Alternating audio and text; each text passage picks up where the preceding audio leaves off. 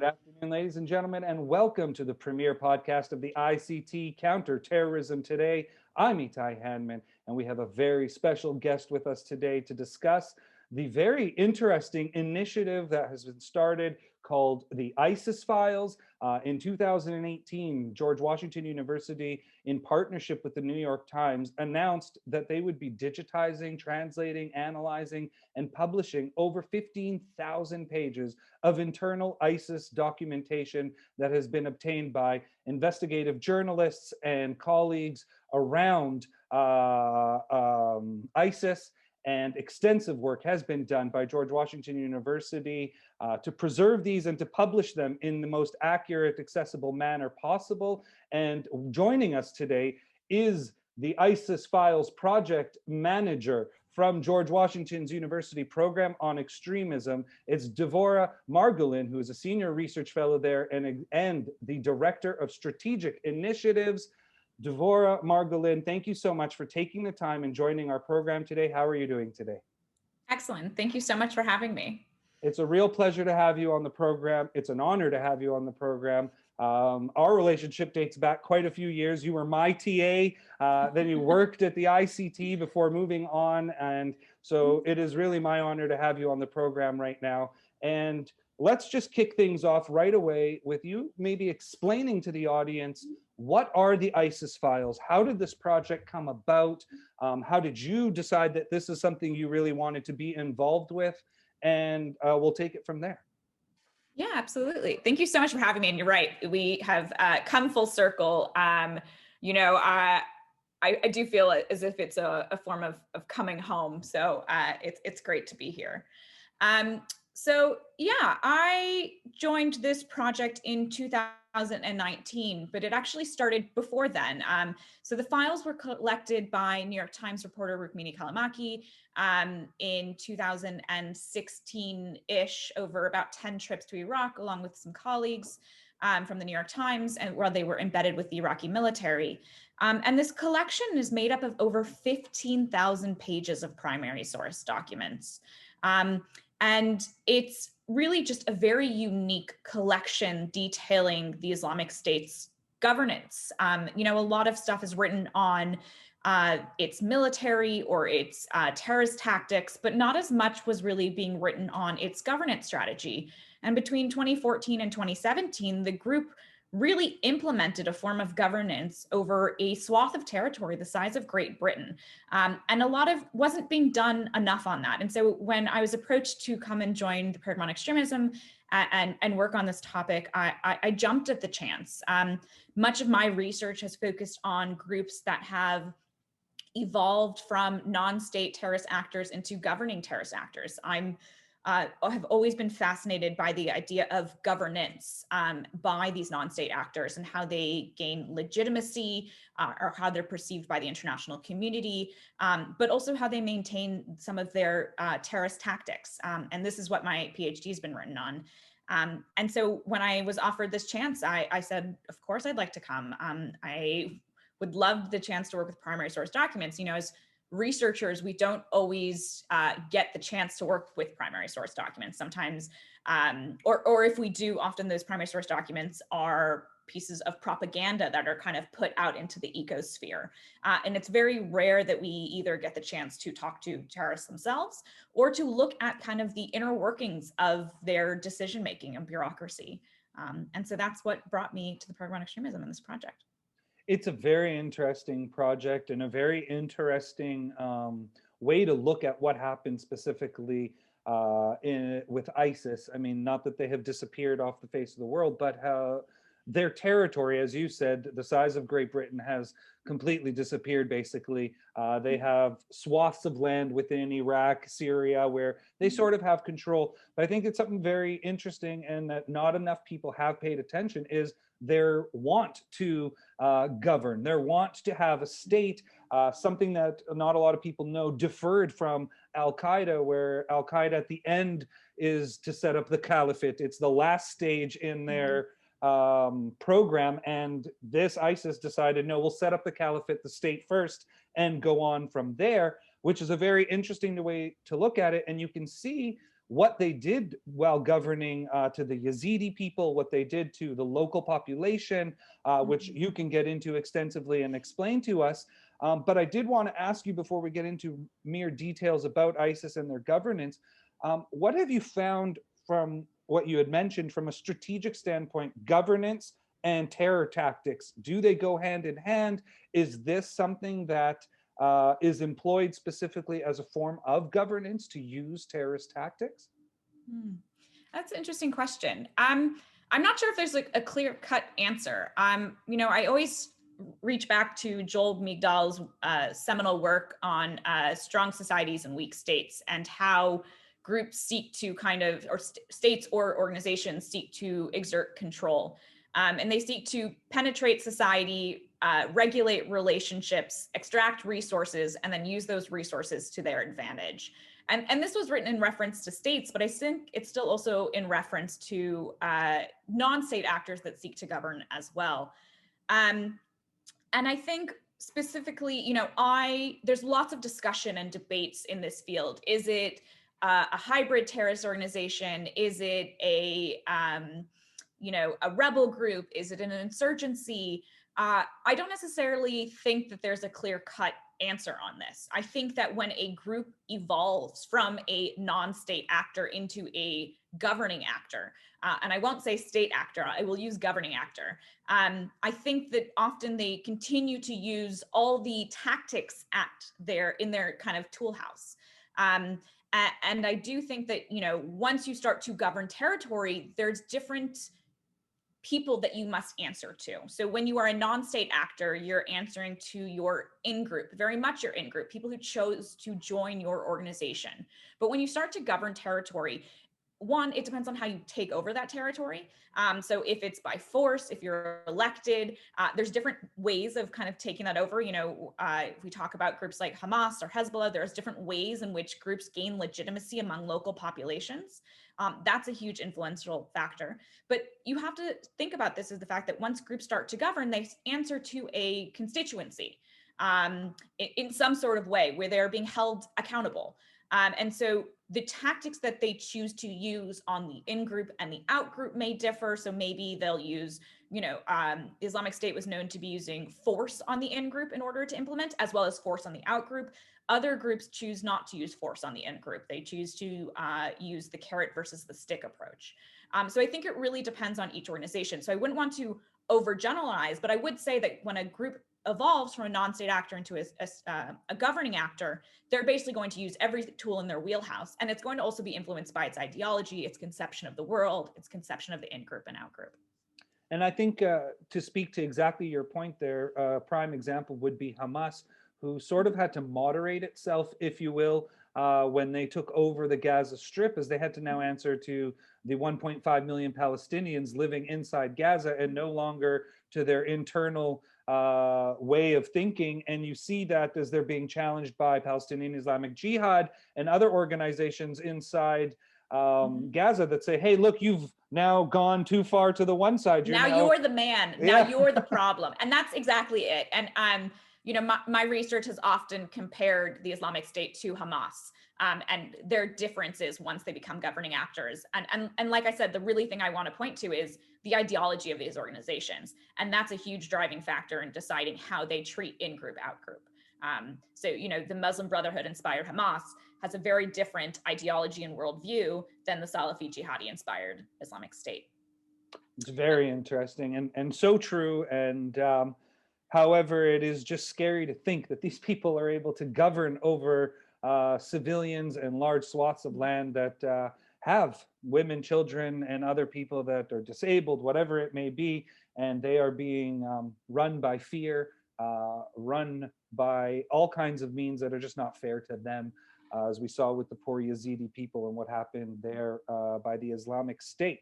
Now, back to the ISIS files specifically, I thought it was very interesting the way George Washington University is publishing this.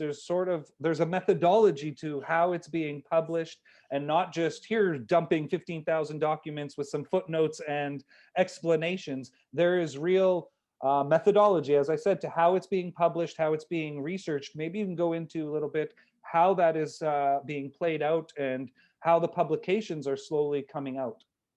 Yeah, absolutely. I kind of want to bring back to one other point that you said earlier, which I Please. think will understand and kind of contextualize a lot of our methodology in this process. The Islamic State didn't come out of anywhere. It just, it didn't just pop onto the scene in 2014.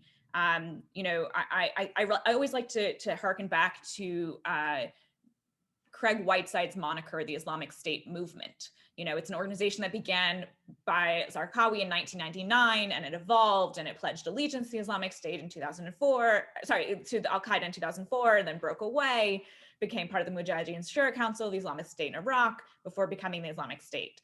And so it has this long history of evolution, and people point to 2014 as, oh my God, they became a governing actor in this period. But the truth is, in 2006, they were also governing territory, and they were kind of building the infrastructure that was then put in place in 2014. And Cole Bunzel has a really interesting work on this, in which he called it a paper state back in 2006.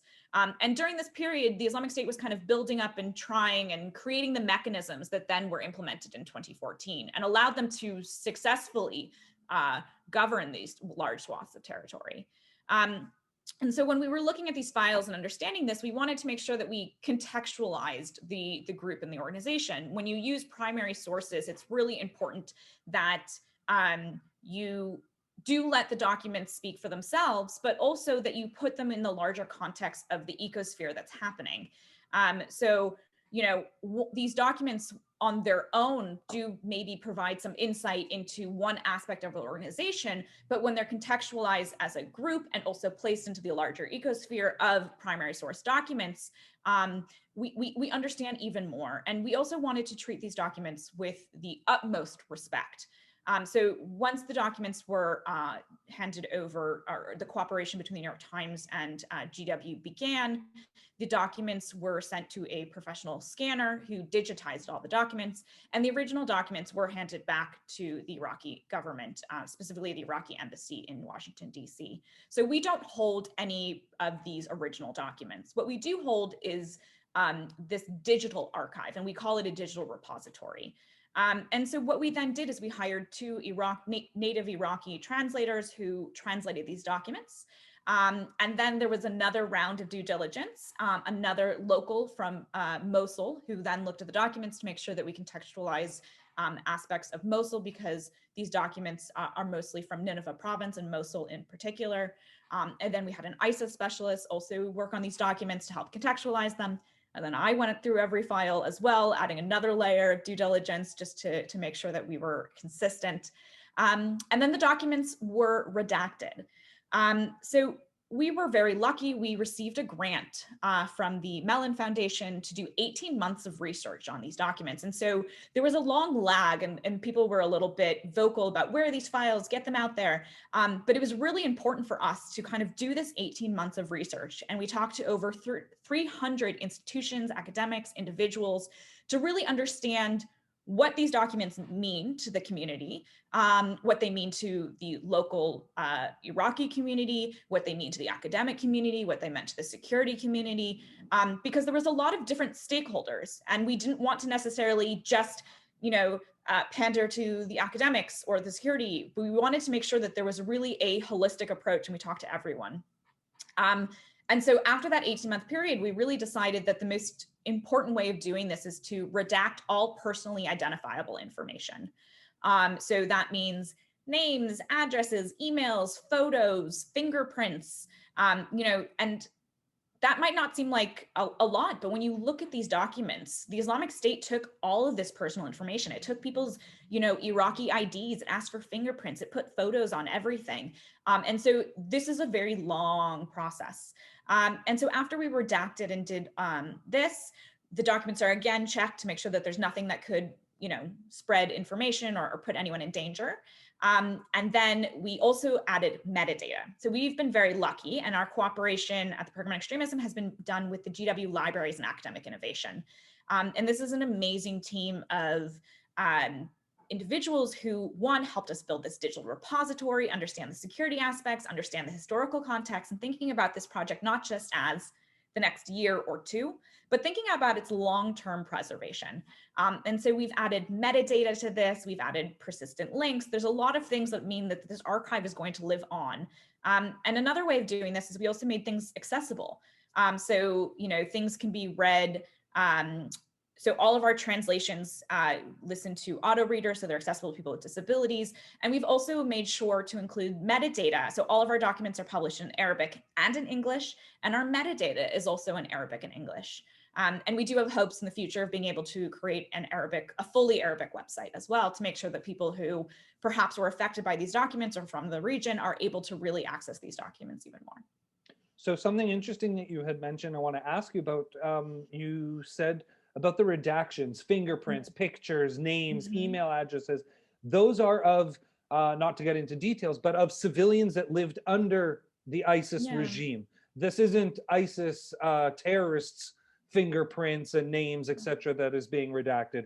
For the audience's clarification's sake, because I think that's something that people are curious. Well, why would you redact terrorist, what's his name's face and or fingerprints? But it's documents that it's as if you raided the US government or any government and took civilian documentation identification on them. Yeah, I think that brings up an interesting point, and I should have delved into this earlier. I think a lot of times we talk about the in-group and the out-group.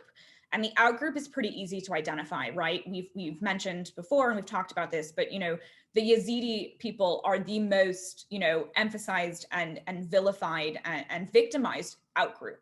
But there was other people in the out-group as well. So we have documents that show the confiscation of land or the imprisonment of Christians and Shias and even other Sunnis who maybe challenged the Islamic State's governance. And when we talk about the in-group, people assume the in-group means, people point to people from outside the Islamic State who, did hijrah or, traveled to join the group in Syria and Iraq. But the in-group is actually much broader. And the in-group is, I would say, active in-group. So these are people who did travel or who actively joined the organization or really participated in its military operations.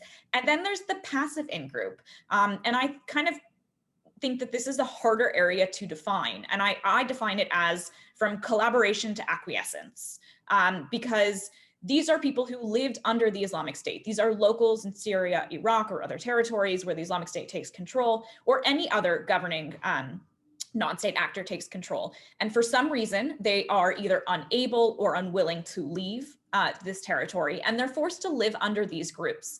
And these people are not necessarily actively supporting the ideology, and there may be some who do collaborate. But there's also this acquiescence aspect of it. These are people who, in order to live and survive, had to do things in order to make that happen. Accept the reality. Exactly. And so I think what these documents do is, and why we were so adamant about redacting this information, is a lot of these documents come from agriculture, let's say. So we have over 500 documents from the Department of Agriculture in which we see land lease documents or rental agreements between the Islamic State and locals in Iraq. And what this is it's taking all of their personal identifiable information. And these individuals are literally trying to farm to survive in many cases. Right. And so we need to protect that information. And it's not our place to prosecute these individuals or declare them guilty or create some sort of judgment on them. But what we are trying to do is really show how the Islamic State used its Department of Agriculture to its advantage to take these resources, take these financial aspects, and use it to its advantage. And I do think you brought up another point, is that we made a decision that any individual at the emir level, so at a leadership level, who was part of the Islamic State would remain unredacted. There are not that many names at that level, but we have left those unredacted. So we have the Minister of Education. So that was really important because these are known individuals who are active in the group, who are very much part of that in-group and who are known to the international community. And so we felt comfortable releasing those names in our documents. Very interesting. And it just leads back also to, it just reminds me of, sadly, the Afghanistan war and what was happening on there with the poppy fields and how so many civilians, their whole life is based on farming poppy. We all know that 60% of the world's poppy seeds are coming from Afghanistan, which is feeding heroin and the opioid addictions across the world. However, are you really blaming some poor farmer in Afghanistan that that's the crop he can grow? It's not his fault that Al Qaeda or Taliban or whoever, drug lords, cartels, are taking that product and transforming it. Just like the poor Iraqi person that is farming to just feed his family on their land has to somehow survive, acquiesce to what ISIS, i.e., the governing body regime, is going to request of you, especially knowing that if you don't do as they ask, you might be locked in a cage and set on fire in public. You might be stoned to death. You might face any number of cruel punishments that ISIS handed out to its population for disobeying any of its rules or laws. And I think it's very important that you mention that and how that is being presented. So having a look then now through all of these documents and doing all of that research, what is one of the main points that you sort of came to? What is one of the main conclusions you came to about ISIS governance, if you will, specifically on what they were trying to implement based on the documentation that you were able to go through? Yeah, I think what's one of the main takeaways, I'll again reach back to Migdal. I think that the Islamic State tried to penetrate society, regulate social relationships, extract resources from these populations, and use them to their advantage. And to do that, it created a bureaucracy that codified its ideology. So you really can't differentiate between the Islamic State's governance and its ideology. It created this bureaucracy that made its ideology law. And it implemented into reality its in-group and out-group narratives. And this vast administration touched on every aspect of an individual's lives, from top down to bottom up. And this bureaucracy, like any other, is left behind just tons and tons of paperwork, which provided us with insight into the organization and what it was trying to do. And I think that what these files do is it provides a greater insight into not just its ideology that we see through its propaganda, but really how it implemented that ideology on a day-to-day basis. I think it's very important to note. I wanted to ask you about in the documents, did anything come up about antiquities? As that was something that was talked about quite a bit by the mass media in general, but also just what ISIS was doing to not just the selling of antiquities, but the destruction of what was happening in Palmyra, for example, and other locations with thousands of years of history and culture just being demolished with TNT and other demolition tactics. Was there anything in the documentation to do with the antiquities? Not really. So I think what this really did is it provided insights into its day-to-day operations. I think, I'm a co-author on one of the reports on agriculture. And I think that a lot of times when we were looking at what the media was able to pick up on, it was what we were kind of able to see from afar. And so a lot of times that focused on oil or antiquities. And I do think that these were very much a money-making factor for the organization. But what these documents do is they provide the kind of lower level day-to-day operations of the group, right? So the collection of zakat from kind of local populations, the regulations of those local populations through the Islamic police, the collection of money through the Department of Agriculture, its kind of implementation of its ideology on local populations via its, Hizbah department, or Hizbah organization, or its kind of resolving of issues via judiciary and grievances. And so I think that's what these documents show. And I think I've always said, along with my colleague Hororo Ingram, as we contextualize these documents, it's that they provide a snapshot of a particular time and place. They are not the end all be all. And as you read our papers and analysis, we've encouraged all of the authors to use these sources, but also look to other primary sources as well to kind of create a more holistic picture. And I think that's because a lot of times when we're looking at a group like the Islamic State, we only kind of see the public facing aspect of it. We see the propaganda that the group creates, or we see its mass destruction, but we don't necessarily see behind that curtain. And I think that's what these files do. And often they are compared to documents that were found after Nazi Germany, and how the organization in Nazi Germany kind of tried to implement what I call a system of control over these populations. And that's what these documents really provide, that implementation of the Islamic State system of control on local populations and how it used it to implement its ideology. But really also how it used it to regulate those social relationships and penetrate society, all aspects of society, men, women, children, elderly, young people, and then how it tried to extract resources. We think about the Department of Agriculture or the collection of zakat from these individuals, and then use that money back for its own advantage. Very interesting. I think something very important you made mention is Nazi documentation, and what we were able to recover after World War II has led to a lot of understanding about the Nazi regime and what went on under them at that time. As you said, a snapshot in time, what is going on exactly then. And it also goes and lends to the credibility when you have people that deny that these things happen and whatnot. And what is extremely interesting is with the Nazis, everything was about documentation, methodology. They wanted the world to know exactly what they did and how they did it. And do you find any similarity to the ISIS documents, that they wanted the world at the end of the day, when history would come around and look, that these documents were there? They wanted the people to know that this is how it was? I think it's a little bit, I don't know if they wanted to shout it from the rooftops, because obviously these were internal documents, but there's definitely some evolution. When we look at these documents, we see an evolution of the documents. Something once began in 2014 as a handwritten note that every police department would write became a unified document that we found across different police departments, right? These were forms that people could then fill in. One thing about, the Islamic State is that they sought to be perceived as fair in their governance. They wanted that legitimacy from the local populations. And for some of us, that's so mind-boggling to understand. But, there was a list of crimes. If somebody does this, this is the punishment for it.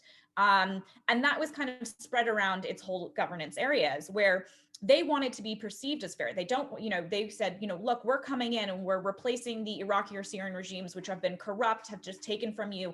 We're going to implement our ideology on you, but we're also going to do it in a very fair way. And again, fair is very relative. That fair is only to the in-group, so Sunni Muslims who acquiesced or collaborated with their control, not necessarily Yazidis, Shias, or Christians who had their livelihoods taken away or lives taken away. But it wanted to be perceived as fair by that in-group. And I think one thing that they did do, anytime anyone would, if there's no denying, they codified their abuse of the out-group. In every rental agreement for agriculture, it says who that land used to belong to. And people are described as Christians or Shias or Yazidis or undesirables, apostates, things like that. And they codified. So every person who rented that land knew who that land belonged to before, too. That was part of the rental agreement. So they told the individuals who they took that land from. And also we see this with the sale of human beings, the sale of Yazidi women and children, that these were kind of codified into the system. So if somebody was applying for aid or any sort of assistance from the Islamic State government, basically they had to talk about if they had any wives and children, but also how many sex slaves they had. And that was part of forms. So it really just created this bureaucracy in which its ideology and this in-group, out-group were at the forefront of everything it did. Wow. That is shocking and sobering. It is enlightening. Very much appreciate your time. I know we are a little bit short for time. I would love to have you on as many times as possible onto the program to discuss any range of topics and issues that you are researching and looking into. It is always a pleasure to speak with you. It's so insightful. And I really appreciate you taking the time. Before we let you go, though, maybe you can let the audience know where can they find this research? Where can they find your work on a personal level, but also George Washington's work, university's work on the ISIS files? Yeah, absolutely. So I encourage everyone to check out isisfiles.gwu.edu. And that's where we upload these primary source documents along with the accompanying analysis, where you can see really great research from a wide variety of researchers. You can also learn more about our program, about the fellows that have worked with us in the program on extremism, as well as our collaboration with the GW Libraries and Academic Innovation, the ethics that drive this project, as well as the website's really just an amazing tool. So there's like a translation glossary, there's an ethical background, and so people could really learn more about the project there. And there's also contact information if people have more questions or want to learn more. And I guess I just want to, thank all the people that have been behind this project and that have been involved in this project. And there's way too many to announce, but definitely our ISIS Files fellows and the GW Libraries and Academic Innovation, and also for the New York Times for agreeing to collaborate with us. Excellent stuff, and we hope to see more of it and read more of it. It is truly interesting, enlightening. We appreciate your time. This has been Devorah Margolin, Senior Research Fellow at George Washington University, the Director of Strategic Initiatives at the Program on Extremism, where she manages the ISIS Files Project. Devorah, thank you so much for taking the time. We really appreciate it, and we wish you all the best. Stay safe and healthy, and ride out the rest of this pandemic in the best way you can. Thank you.